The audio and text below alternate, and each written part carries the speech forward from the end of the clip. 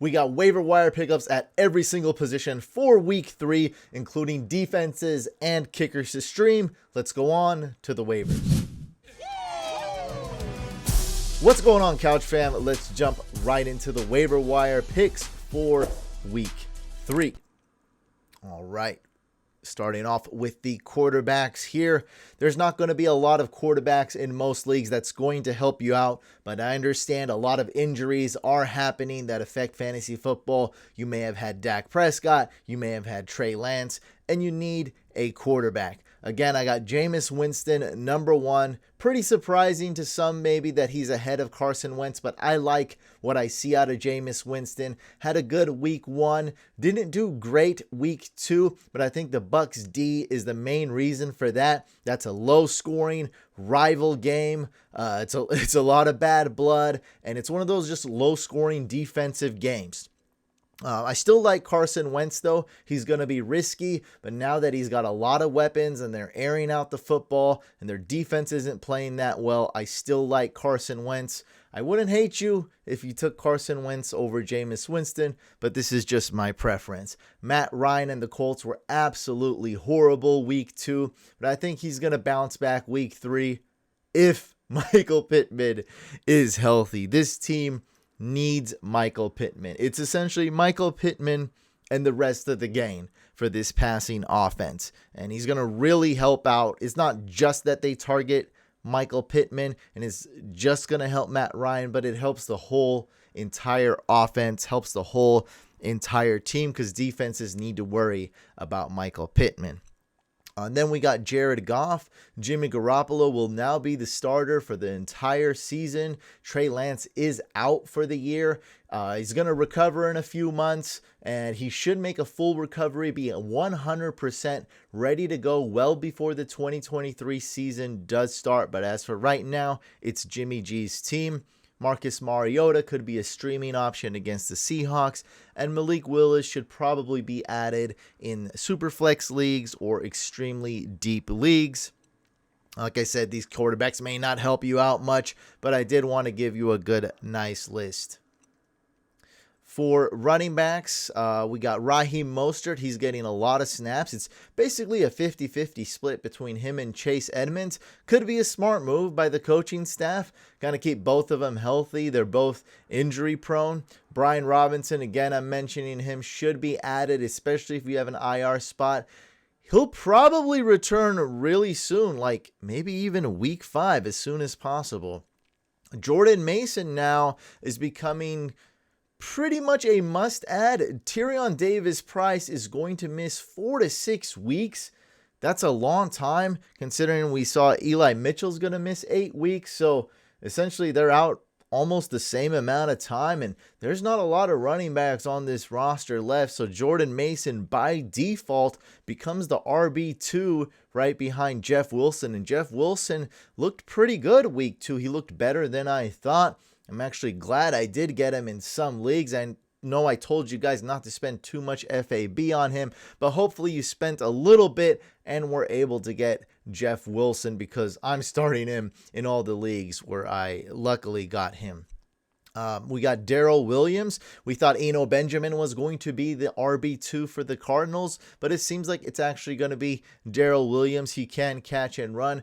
James Conner does have an injury. I suspect at most he's going to miss 1 week. The injury does seem minor. And again, he might not miss any time. So, take that into account. Jerick McKinnon seems to be the RB2 for the Chiefs, or even really maybe close to a 50-50 split actually with Clyde Edwards-Helaire and Jerick McKinnon. Now, Clyde Edwards-Helaire has looked good. He has been featured in the offense enough. Like, he has been the playmaker on some of these plays that have been called. But he's also been extremely efficient. That's going to be hard to keep up that pace if you're a Clyde Edwards-Helaire owner. So you may want to consider getting Jerick McKinnon regardless. Like I said, it's pretty much close to a 50-50 split. Clyde is just getting the fantasy points. We also got Khalil Herbert, Jaylen Warren, that is Najee Harris's handcuff.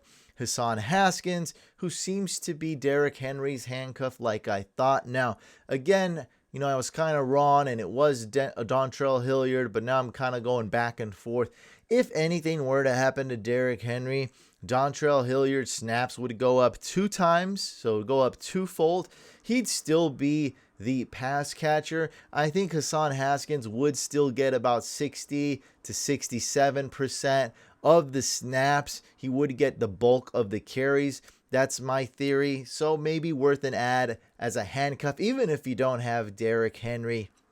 The thing that's bad about this situation is Derrick Henry's declining, and the tight ends, they kind of suck this year. They just don't have it. So it's going to be worrisome. It's not the best handcuff, but this is an extensive list. And then we have Eno Benjamin. Even though Darrell Williams is the backup running back for the Cardinals, Eno Benjamin could get up to 40% of the snaps if James Conner misses time. Wide receivers.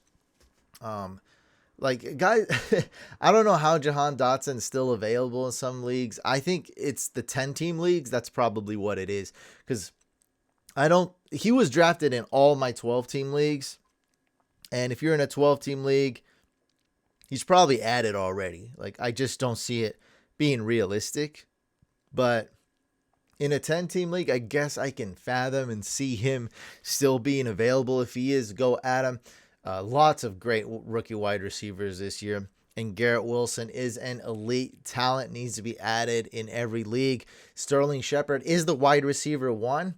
Kenny Golladay gave up playing football last year, and he's still giving up. He's not back to trying again. So he's done. I mean, he pretty much should be cut from this team is what it's looking like.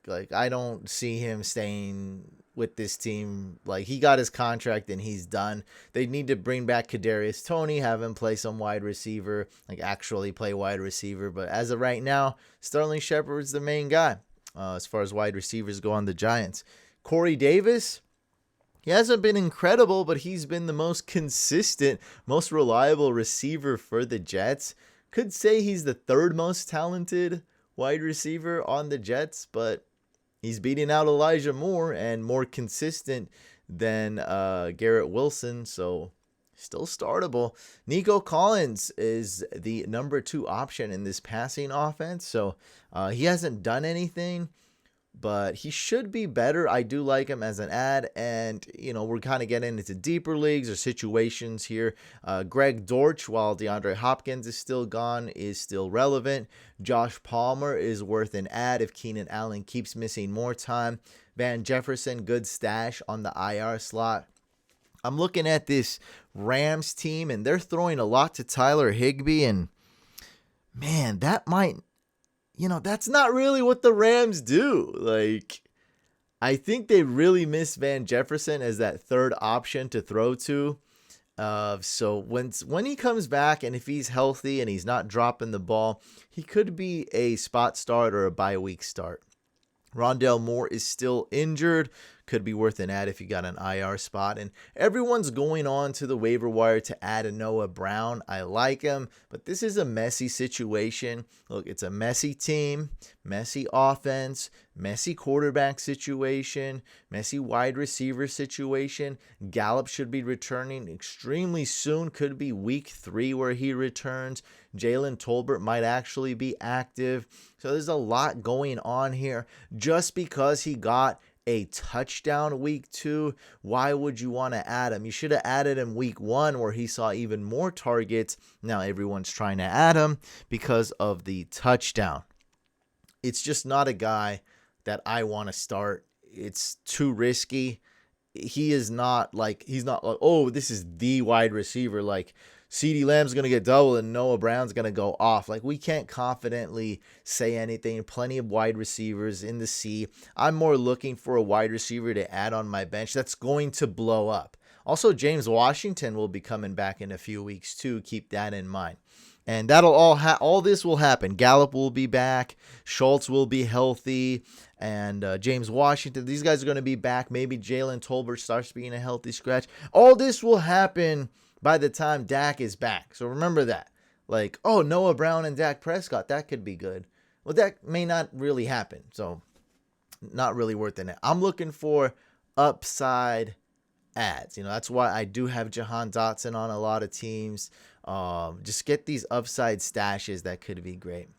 For tight ends, I don't have some tight ends because they're rostered in way too many leagues, like Gerald Everett. I don't know why he's featured on some people's waiver lists, but he should be added in every single league. I don't know if Gerald Everett's still available, go add him. But this week, for the sleeper ad of the week, my number one tight end, Tyler Conklin. And the only reason he's a sleeper is because he just doesn't have a big name. He was decent last year, and right now he's a top 10 tight end in PPR. He's getting an elite amount of targets, tied for the same amount of targets as Travis Kelce, fourth most targets as far as tight ends go this year. Got 7 targets week 1, 9 targets week 2. The cons to this is CJ Uzomah, once he's back, could steal some snaps and targets for him. But I don't think so. We have to find a tight end out here. Some of us drafted Cole Kmet. Some of us drafted Schultz and might miss time. Like, we need a tight end out here. We don't want to start Robert Tonyan. This is your best bet. We have to take risk. It's not going to be perfect. Yes, he's a New York Jet. Yes, he doesn't have a sexy name. And CJ Uzomah might come back from an injury. We know all that. But who else are you going to get, realistically? If you're in a 12-team competitive league, you don't have a lot of options. And when we can get a low-end tight end one, we're going to get him. I think he's worth an ad. He's probably going to be your backup tight end. He's being used a lot. I like him. The targets, that's what we look at. A lot of people look at the fantasy points like with Noah Brown or even with OJ Howard last year. You want to look at the raw targets. It's the number one thing I look at. There's other things, but that is the number one factor when you're looking at wide receivers to start or add, tight ends to start or add. Look at the raw targets. Lots of other things involved, but we don't have forever. We don't have a lot of time. Look at the raw targets. It's going to be the number one stat that's going to indirectly correlate with fantasy points. All right, so Tyler Conklin, definitely worth an ad. That's the sleeper ad of the week. Back to more tight ends. This is kind of a wishy-washy list. We got Irv Smith. It's not going to be great for Irv Smith every week. This was a disaster game for the Vikings and Kirk Cousins. So they went with Irv Smith a lot because he didn't really feel comfortable throwing to the other players. It won't happen every week. Still, Irv Smith looked really good, and they probably should get him more involved than those 2 targets that he got in week 1. So both kind of anomaly games. Week 1, they didn't guard Justin Jefferson at all. Week 2, the opposing defense decided to shut out Justin Jefferson. Should be more in between. So he got 2 targets week 1 and 8 targets week 2. Irv Smith should probably get about 4, 5, 6 targets every week. So worth rostering. Not the ideal situation. Evan Ingram didn't look like absolute crap, so that's a good ad. David Njoku we got here. I'm just going to read the rest off. Hayden Hurst, Logan Thomas, Austin Hooper looked less trashy than he did week 1. Juwan Johnson, the number 1 tight end for the Saints. And Taysom Hill, we expected a good game out of him last week, but with Alvin Kamara gone, but it just didn't happen. Moving on to defenses to stream. I love the Saints D. You could probably keep them and start them more than this week. So it's not just one good matchup they got against the Panthers. Should be a low scoring game. And Saints defense is really good. Browns D going against the Steelers. This is going to be my favorite ad this week in a lot of leagues. If they're available, who knows? Thursday night football game. That means less time for the Steelers to prepare. 19-mile-an-hour winds. Now, those winds are not super extreme. It's not like it's crazy, but we're deciding who to start week 3, and it's by far seems like the most windiest game week 3, right? So that can affect what's going on.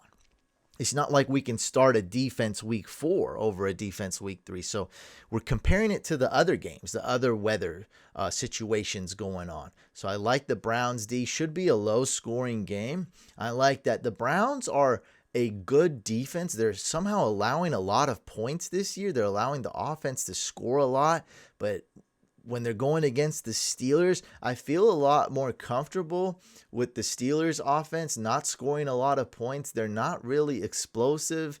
They don't have a good O-line. Najee Harris isn't playing as well. And Trubisky is the starting quarterback for the Steelers.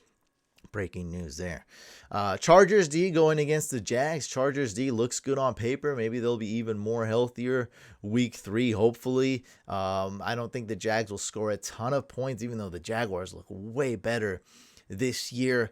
We just need some sacks. We need some QB pressures, and good things should happen with the Chargers D. A little bit risky of a defense. Love the Bengals D going against the Jets. Although I'm kind of scared of the Jets offense. They're weird. They throw the ball a lot. So try to get one of those top 4, Saints, Browns, Chargers, or Bengals D. If you can't, go for the Eagles, Cowboys, Giants. Cowboys, Giants game should be low scoring. Bears, Texans game should be low scoring. Steelers D, Texans D, Seahawks D going against the Falcons. And then super duper deep leagues, Falcons D or Chiefs D. Now, if Michael Pittman is out, give the Chiefs D a boost. Maybe like top 8 defense, top 9.